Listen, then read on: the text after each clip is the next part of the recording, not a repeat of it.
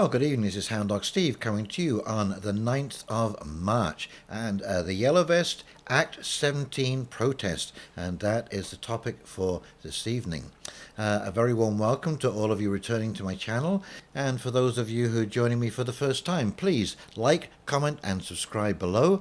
And so first, a couple of things, a couple of housekeeping things. I bumped into a subscriber this evening and who mentioned about my red eye.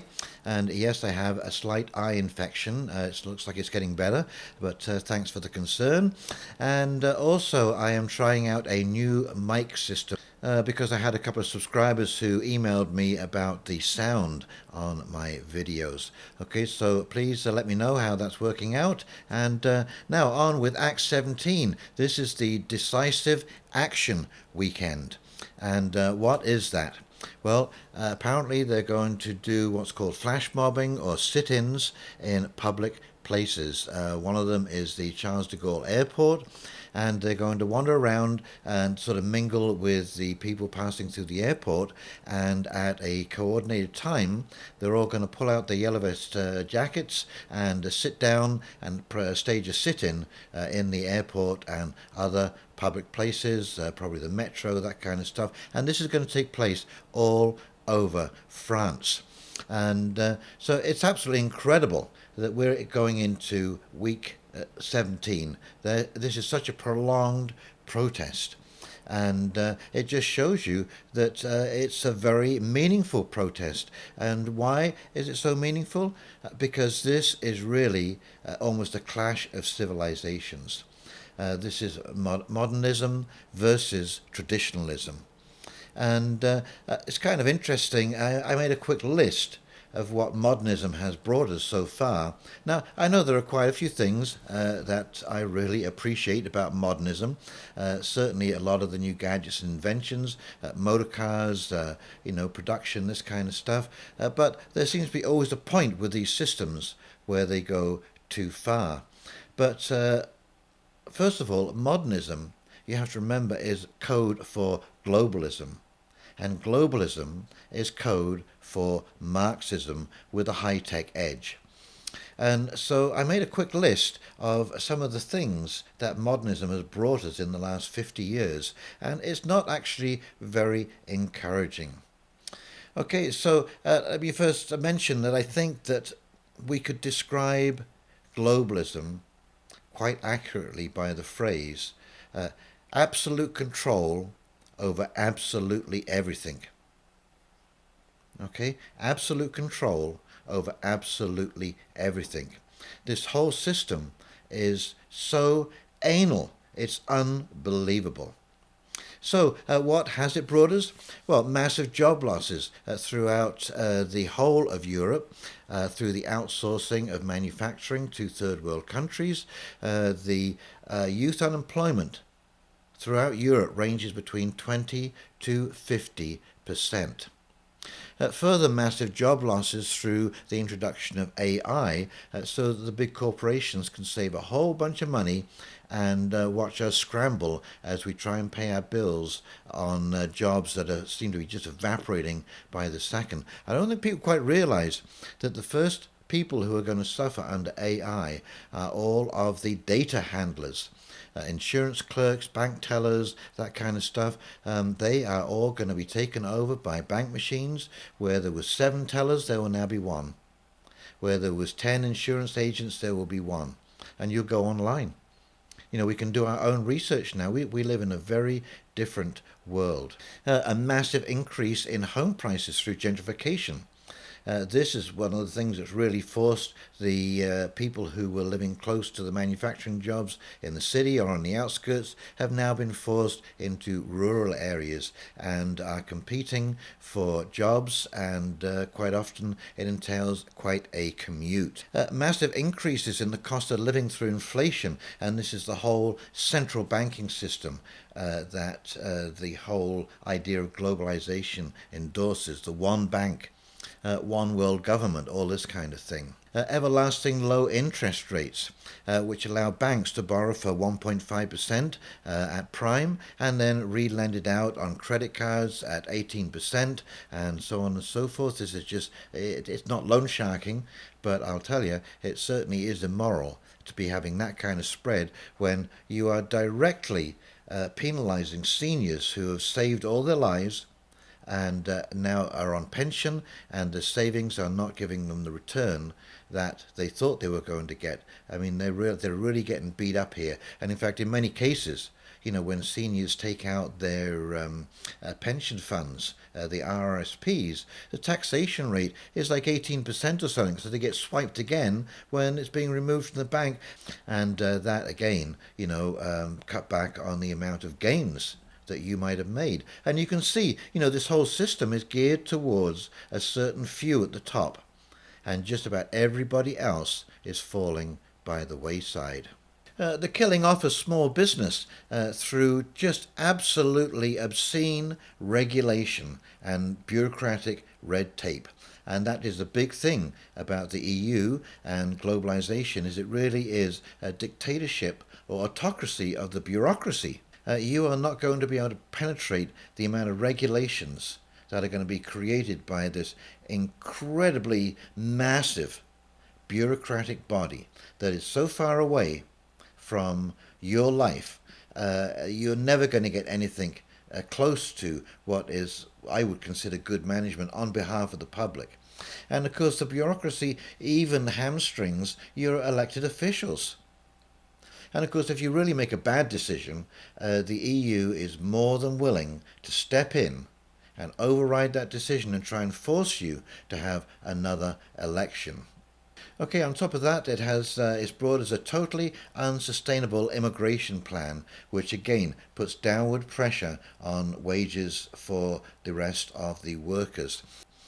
Although regular immigration through the legal channels is a good thing for a country, it does add to the lack of certain knowledge or labour needs that you might want in that country, and so on and so forth. But unbridled immigration is just a disaster, because you upset some of these very, very tricky and very, very sensitive internal checks and balances that go on with any functioning society. So it's a bit like, a fire in a hearth is a wonderful thing. It's a warming thing. It's a lovely thing. It's a beneficial thing. But a house on fire is not. And basically, the immigration plan of the EU is the house on fire scenario. And we can see that by the ghettos that have now sprung up throughout Europe. I mean, this is good for nobody. It's no good for the immigrant, and it is no good for the citizen of the country. I mean, some of the ghettos in France, they have to send the army in. It is so dangerous, and it's almost like a little country within a country. That is not what should be happening with immigration. It shouldn't be like that. It's no good for the person who has immigrated to the country. It just leads to further isolation. And it's no good for the country itself, because you end up with people who are underemployed or unemployed and resentful. This really does nobody any favours at all. Okay, so let's go and take a quick look at these articles that I found, and we'll come back and I'll do a quick wrap-up. Okie dokie. Here we go. And this from the local. Decisive act. Yellow Vest plan Paris sit-in and protest at Charles de Gaulle Airport. Another weekend, another Yellow Vest protest in France. This weekend, the Gilets Jaunes are promising a decisive act that will last 3 days and also feature a flash protest at Charles de Gaulle Airport. To combat any protest fatigue, organisers have devised original new methods to highlight their anti-government manifesto. This weekend, there will be sit-ins and flash protests. The Yellow Vests are also marking International Women's Day with a march on Saturday, March 9th. Women are advised to wear yellow, pink, purple and red vests for the procession that is scheduled to start from the Champs-Élysées at 11 a.m. and continue to the Luxembourg Gardens. Priscilla Ludowski, one of the key Yellow Vest leaders, called for a new form of protest, starting with a 3-day giant sit-in in Paris on March 8th, 9th and 10th. At a press conference last week, she said she wanted to bring the roundabouts to the capital and camp. Stay there.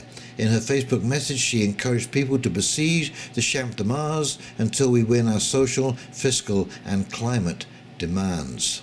In addition, there is a call for a rally at Charles de Gaulle Airport to the north of Paris. Yellow Vest protesters say they will wander peacefully through Terminal 1 of the airport to protest against the privatization project of ADP, Aéroports de Paris. According to the Facebook event, it is a question of walking discreetly and without a vest in the terminal until some music plays at 1 p.m.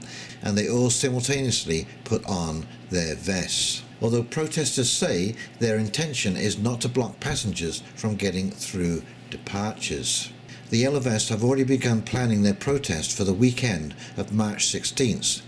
They have given Act 18 the ominous title, The Ultimatum. And again from the local, UN demands France investigates excessive force against Yellow Vests. The UN Human Rights Chief called Wednesday for a full investigation into the possible excessive use of force by French police during the Yellow Vest demonstrations. The Gilets Jaunes have been protesting what they see as an exclusion from economic rights and participation in public affairs. Rights Chief Michelle Bachelet said in her annual address to the United Nations Human Rights Council in Geneva. We encourage the government to continue dialogue, including follow-up to the national discussions which are currently underway, and urge full investigation of all reported cases of excessive use of force. However, this from the Straits Times. French police hit with poo bombs at Yellow Vest protests. And what a novel way to fight back. Marseille, French police are facing a new form of weapon during Yellow Vest protests. Bags of fecal matter thrown bomb-like by demonstrators. Last Saturday, bags filled with feces were thrown at police and exploded. 3 policemen were soaked through with it. Mr. Rudy Manor from the Allied Police Trade Union in the southern port city of Marseille told AFP. One policeman also suffered an elbow injury when hit by a poop-filled projectile, Marseille Police Headquarters said. And dear me, you've been shooting the eyes and blowing the hands off protesters, and one policeman suffered an elbow injury. Oh my goodness. Oh my goodness. Similar incidents took place in the southern city of Montpellier, police trade union representatives said. Police said there had been calls on social media ahead of last Saturday's demonstrations for protesters to arm themselves with Kakotovs after Molotov cocktails but filled with caca, the French term for poo. The policemen were deeply humiliated, Mr. Manor said, adding that none of the perpetrators hidden in a crowd of about 1,000 demonstrators in Marseille had been identified. And there you go, a novel way to fight back. So those articles really paint quite a picture, don't they? Okay, so we're looking forward now to Act 18. And Act 18 is next weekend, and it is Ultimatum. This is the end of the 3 months of silly debates and town hall meetings that Macron has held to try and diffuse the whole Yellow Vest protests and to take the wind out of the sails of their demands. I don't think it will work, as I said, because, the underpinnings have not been addressed. And, these protests are going to grow around the world because, as we can see, in just about every country, these elitists are so filled with hubris that they will not yield an inch. They are the worst negotiators in the world because it's all one-sided. And again, you can see the sense of entitlement is so overwhelming and so broad that they don't even see it. They don't see their own entitlement. They think that is completely normal, and they really don't understand what we're talking about and why we're so upset about the whole situation of being left out of the picture and unable to make any changes whatsoever when we see things going wrong.